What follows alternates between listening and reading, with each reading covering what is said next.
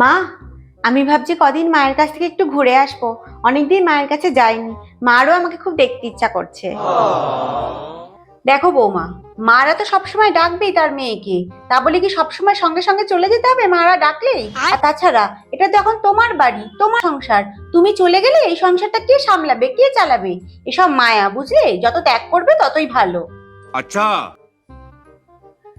ঠিক আছে। হ্যালো মানা, কেমন আছিস মা? কবে আসবি রে মা তুই? কতদিন তোকে দেখিনি। একদিন সময় করে আয় না রে মা। মা, ফোনটা একটু দিন না, দিদির সাথে কথা বলবো। এ না। হ্যালো দিদি, বলছি দেখো, মারা তো এরকম করে বারবার মেয়েকে ডাকেই। তা বলে কি ছুটে ছুটে বাপের বাড়ি চলে আসতে হয় নাকি?